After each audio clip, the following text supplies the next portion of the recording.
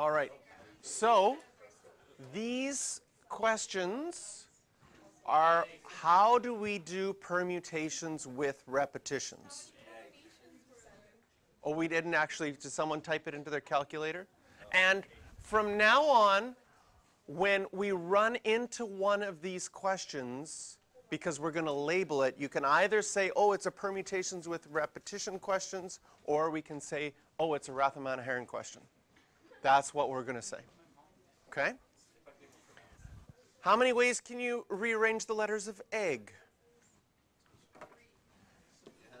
Normally it would be 3 factorial, but you have to divide by 2 factorial because of the g's. And this is mental math. You can just say that that one is 3. Mississippi or Assissippi we have. Assissippi, 1, 2, 3, 4, 5, 6, 7, 8, 9 letters. We have 3 S's. We have 2 P's and 2 I's. Anything else repeating? No.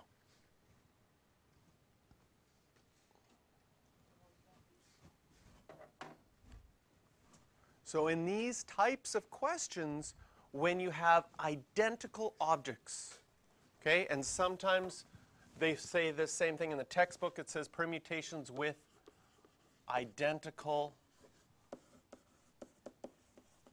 objects. When you have things that are identical, you need to divide out that repetition.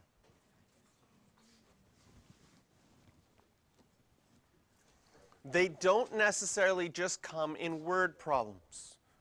A contractor sold model homes of type A, B, and C on a street. Okay? 3 of model A, 4 of model B, and 2 of model C. How can you arrange that on the street? Well, they are identical objects. We have 3 of A, 4 of B, and 2 of C. So we can think of this as 3 A's, 4 B's, 2 C's. Or the word okay? And if you had the word there would be how many permutations of this? Normally 9 factorial, but we have to divide by the identical objects. We have 3 A's, 4 B's, and 2 C's. And this would be the number of different ways that the houses could be arranged on the streets. Yes, they're almost always with a calculator. Or else, if they're non-calculator, you leave your answer like this. So on some multiple choice questions that are non-calculator, this is how the answer would look. Yes? So when you go to solve it, you just expand it all the way? If you were doing it without a calculator, you would expand the 9 until you get to the 4. The 4 would cancel out. 3 factorial is 6, so that would cancel out with the 6 that was left.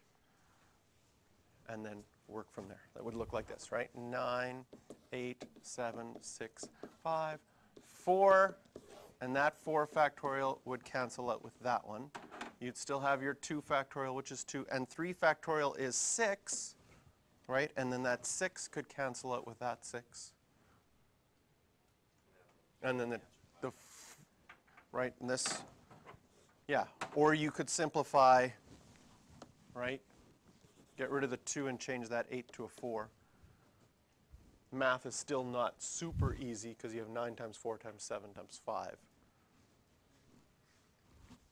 That would be how you do it without a calculator. John lives 3 blocks north and 6 blocks east of school. Okay, so we're going to draw a little grid. Here's the school. He lives 3 blocks north, 1, 2, 3 blocks north, and 6 blocks east, 1, 2, 3, 5, 6. Here is John's house. If we draw the street, now John is a very smart child. And when John walks home to school, he doesn't get lost. He knows where he lives. He also doesn't get confused and go around a block 6 times. He always goes closer to home. So one possible route that John could take is go straight north and then straight east. He could get home. Another possible route, he could go zigzag, zigzag, zigzag, zig. That's another one. Please count them as I draw them to, oh, I can't go backwards. There's another one. How about this one?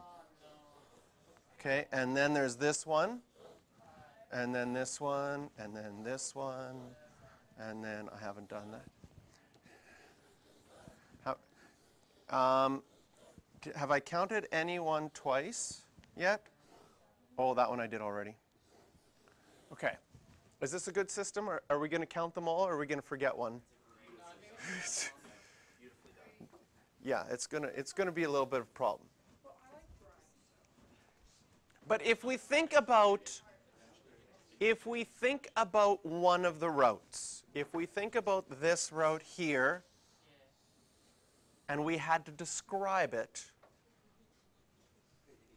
we could describe it as north, north, north, east, east, east, east, east, east. Me! This is the Holy Grail. And the knights that say, me!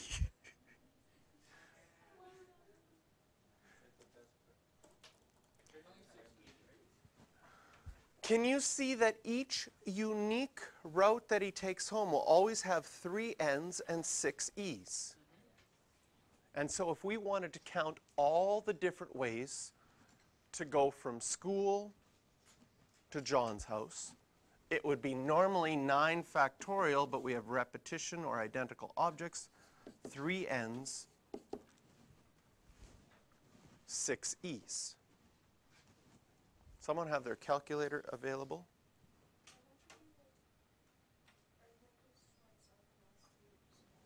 Well, he doesn't get lost, right? Anytime he goes south, he's not actually getting closer to home. Right? Come on, Alyssa, he's not you. Yeah, that's true, guys. I'll get lost. That's a really big number, Mr. Jack. What's that? That's a big number. Shouldn't be that big. It's 84. 84? Yeah, you get that one, yeah.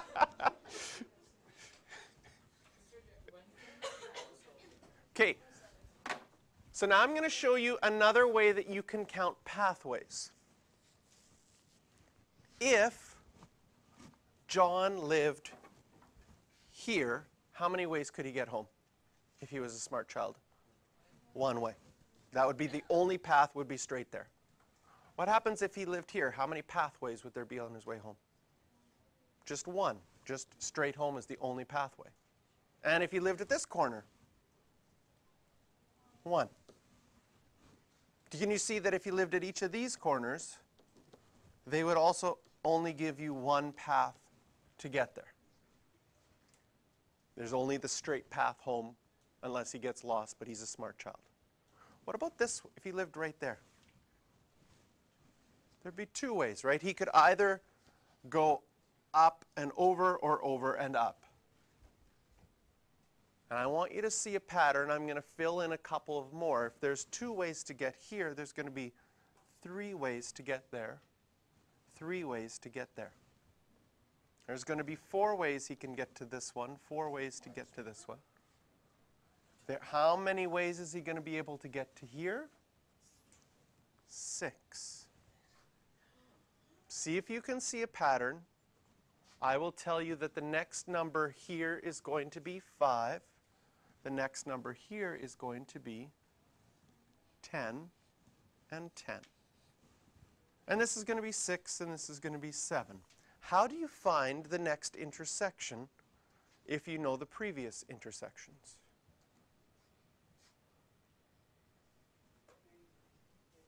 This one's going to be 20. Which makes sense because if there's 10 different paths that you can get here and 10 different paths that you can get here, you could take these 10 paths to get to that one, or these 10 paths to get to that one, making 20 paths to that intersection. And this one would be 15, and 15 plus 6 is 21, and 21 plus 7 is 28. 15 plus 20 is 35, 35 plus 21 is 56, and 56 plus 28 is 84. So there's 84 different pathways. Now, probably the method in this one is quickest, but the counting the spaces might become important, especially if you run into a new situation. Let's just go, I'm going to take away the green for a second.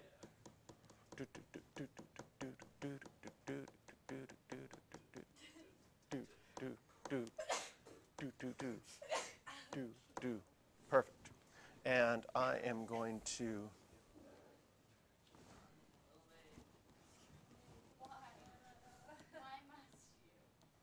there we go.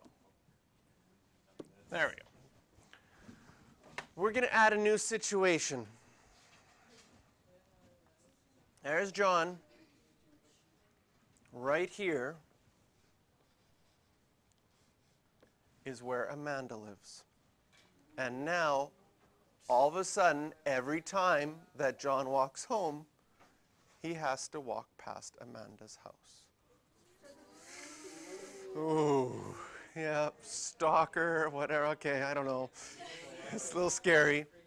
How many paths can now John take to go home if he has to go past Amanda's house first? So we've got, he could go here, right? One way there, one way there. He could go to this spot, that'd be fine. He can go to this spot. Can he go to this one? No. Because then he wouldn't go past Amanda's house. But he's smart, he doesn't go backwards. Right? And here there'd be 3 ways, and here there'd be 3 ways, and here there would be 1 way. He won't go, so these ones are now, you won't go there, won't go there, won't go there. Right? Next. 4 ways there, 6 ways there. There would be 10 ways that he could get to Amanda's house, and then after Amanda's house going home, how many ways to this intersection? Well, it'd be 10 plus, there's none there, so it'd still be 10. 10 plus this one would still be 10. This one would still be 10. This would be 20. This would be still 10. 30 ways that he could get home if he had to go by Amanda's house.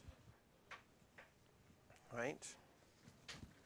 And then we could figure out different questions too, like if all of a sudden there was a court order that he was not allowed to walk. I don't know. Right?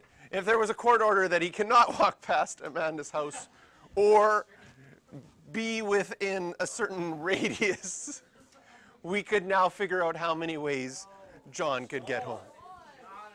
This is not good, is it? Okay.